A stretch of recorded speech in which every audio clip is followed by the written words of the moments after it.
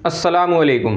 मेरा नाम है मोहम्मद शादाब और अमलियात के राज में एक और वीडियो लेकर हाजिर हुआ हूँ। इस वीडियो के अंदर मैं आपको बताऊँगा रजत के ताल्लुक से कि रजत क्या है और रजत कहते किसे हैं। रजत के जो माने हैं वो है पलटने के।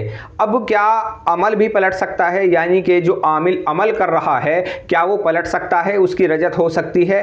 या इस बात को यूँ समझे कि जिस शख्स से इजाज़त लेकर अमल कर रहा है क्या इजाज़त लेकर भी रजत हो सकती है?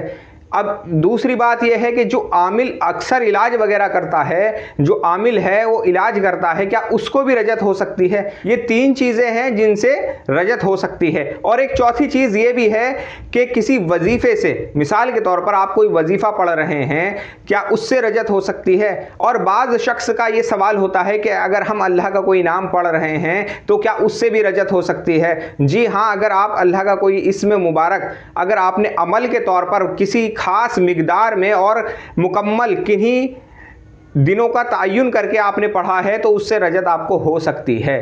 अब बात करते हैं रजत के ताल्लुक से। रजत कहते हैं पलटने को।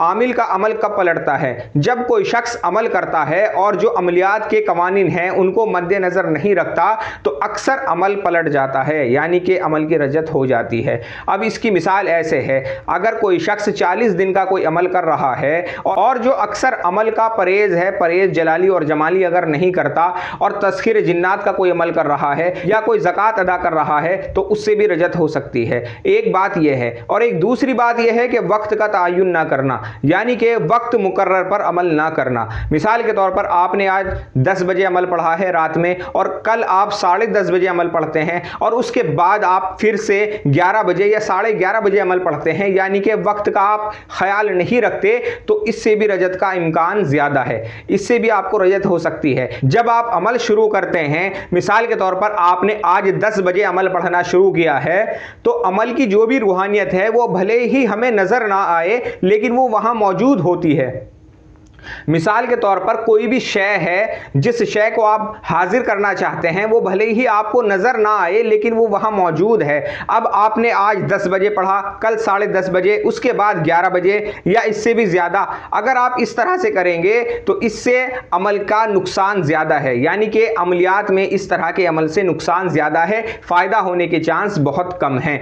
अगर आप कोई 40 दिन का अमल कर रहे हैं और आपकी ये नीयत है कि मैं ये अमल 40 दिन करूंगा, 40 दिन पढ़ूंगा, तो आप उसको बीच में ना छोड़ें। अगर आप उस अमल को बीच में छोड़ें तो जिससे आपने इजाजत ली है उससे बता दें, अगर वो कहे तो अमल छोड़े, वरना बीच में अमल ना छोड़े। इसकी भी सख्त रजत हो सकती है और जब रजत होती है तो तमाम काम बिगड़ जाते हैं, कारोबार से ताल्लुक काम खत्म हो जाते हैं और घर में खैर बरकत खत्म हो जाती है, लड़ाई झगड़े शुरू हो जाते हैं। और अब बात करते हैं अल्लाह का नाम पढ़ने से क्या रजत हो सकती है, यानी कि कोई शख्स अगर अल्लाह का नाम पढ़ता है तो क्या इससे रजत हो सकती है? अब इसके दो तरीके हैं। एक तरीका यह है कि वो खुसूसन अल्लाह की इबादत के लिए कर रहा है, यानी कि उसका कोई मकसद नहीं है, सिर्फ और सिर्फ अल्लाह के लिए वो पढ़ रहा है, तो इससे कोई रजत नहीं होगी, यानी कि इसमें रजत का इम्कान ही नहीं है। अगर आपका कोई मकसद नहीं है पढ़ने का, मिसाल के तौर पर कोई शख्स या रज़्ज़ाक़ पढ़ता है रोजी के लिए कि मैं ये 308 मरतबा रोज पढ़ूंगा,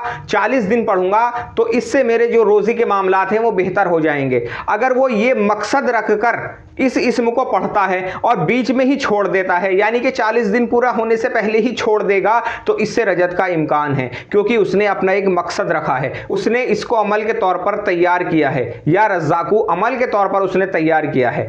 और अगर उसका इरादा यह है कि मैं खुसूसन अल्लाह की इबादत के लिए पढ़ रहा हूं, अल्लाह की रज़ा के लिए पढ़ रहा हूं, तो इसमें रजत का कोई इम्कान नहीं है।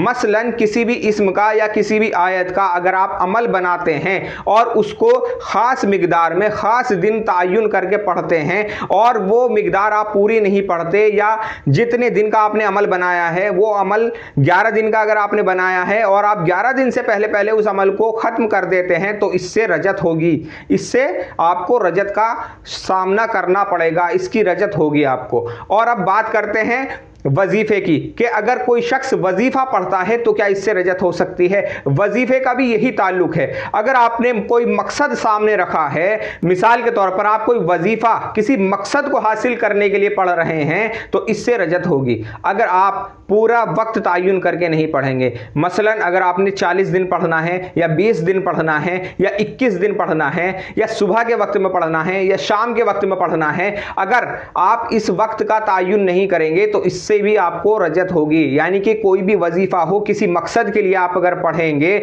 और जिस तरह आपने सोचा हुआ है, जिस तरह आपने किसी से वो वजीफा लिया है, अगर आप उसी तरह से नहीं करेंगे तो उसकी भी आपको रजत होगी। और अब बात करते हैं आमिल। क्या आमिल को रजत हो सकती है, या किसी का वो इलाज कर रहा है उसके ऊपर जो शयातीन है, जो जादू मुसल्लत है, क्या वो उसके ऊपर पलट सकता है? ये किस सूरत में होगा? जो आमिल है अगर उसका मामूल, जो भी उसने अमल किया हुआ है, रोज उसको पढ़ने का उसका मामूल है, तो ना तो उसको रजत होगी और ना ही मरीज की कोई शय उसको परेशान करेगी। यानी कि अगर आप किसी का इलाज कर रहे हैं, किसी के ऊपर जादू है या जिन्नात है, ना तो वो शय आपको परेशान करेगी और ना ही किसी का कोई जादू पलटकर आपके ऊपर आएगा। मसलन अगर किसी शख्स ने सलामुन कौलन मिर रब्बिर रहीम 40 दिन में 1.25 लाख पढ़ा है और वो रोजाना इसकी एक तस्बीह अपने मामूल में रखता है, इशा के बाद रोजाना एक तस्बीह इसको पढ़ता है, तो उसको ना तो मरीज की कोई शय परेशान करेगी और ना ही किसी मरीज का कोई जादू, कोई जिन्नात उसको सताएगा। अगर उसका मामूल नहीं है, मसलन उसने अमल कर लिया, उसके बाद उसका कोई मामूल नहीं है और मरीजों का इलाज वगैरह करता है, जब मरीज आता है उसको नक्श बना करके दे दिए, तावीज बना करके दे दिए या पानी पर दम करके दे दिया, उसके बाद फिर 2 दिन 4 दिन 5 दिन के बाद जब मरीज आया फिर दोबारा से इसको इस्तेमाल कर लिया। यानी कि जब जरूरत पड़ी तब इसको इस्तेमाल कर लिया, बाकी दिनों में वो इसको अपने मामूल में नहीं रखता। अगर इस तरह का किसी के साथ में मसला है तो उसको भी सख्त रजत होगी। तो इन बातों का आपने खास ख्याल रखना है। जो भी आपने अमल किया है, जो भी आपने 40 दिन का चिल्ला किया है, जो अभी आपने पढ़ाई की है, उसकी आपने रोजाना कोई ना कोई तादाद मुकर्रर करनी है। वो चाहे 40 मरतबा हो या एक तस्बीह हो या इससे ज्यादा हो, मसलन कोई भी एक तादाद आपने मुकर्रर करनी है और अपनी जिंदगी का उसको मामूल बनाना है।